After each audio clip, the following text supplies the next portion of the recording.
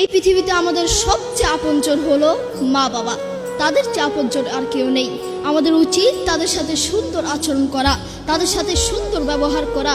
আপনি যদি তাদের সাথে খারাপ আচরণ করেন, আপনি যদি তাদের সাথে বেয়াদবি করেন, আপনি যদি তাদেরকে গালি দেন, তারা যদি আপনাকে একবার বদদুয়া দেয়, আপনার পুরো জীবন নষ্ট হয়ে যাবে, পুরো লাইফ নষ্ট হয়ে যাবে। সূরা বনী ইসরাঈলের 23 নম্বর আয়াতে আল্লাহ সুবহানাহু ওয়া তাআলা বলেন, ফালা তাকুল্লাহুমা উফফি ওয়া লা তানহারহুমা। Allah said in the Quran, say not to them uff and do not repel them. তোমরা তোমাদের মা বাবার সাথে উফ কথাটিও বলো না এবং তাদের সাথে খারাপ আচরণ করো না। বন্ধু তোমাকে বলছি যুবক ভাইরা মনোযোগ দিয়ে শুনবেন। আপনার মাকে যখন পাশের বাড়ি থেকে কোনো খাবার দেওয়া হয়, সেই মা আপনাকে ছাড়া খায় না। সেই মা বলে, এই খাবারটুকু যদি আমি খেয়ে ফেলি, এই খাবারটুকু যদি আমার পেটে চলে যায়, আমার আদরের সন্তানটা কি খাবে?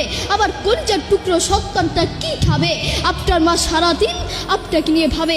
দুঃখের সাথে বলতে হয়, সেই মাকেই আপনি আপন মনে করেন না, সেই বাবাকেই আপনি আপন মনে করেন না।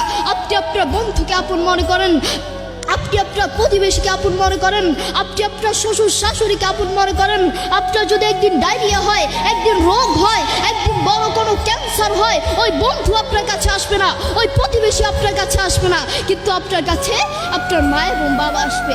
করোনা হওয়ার পরে প্রমাণ করে দিয়েছে কে আপন আর কে পর।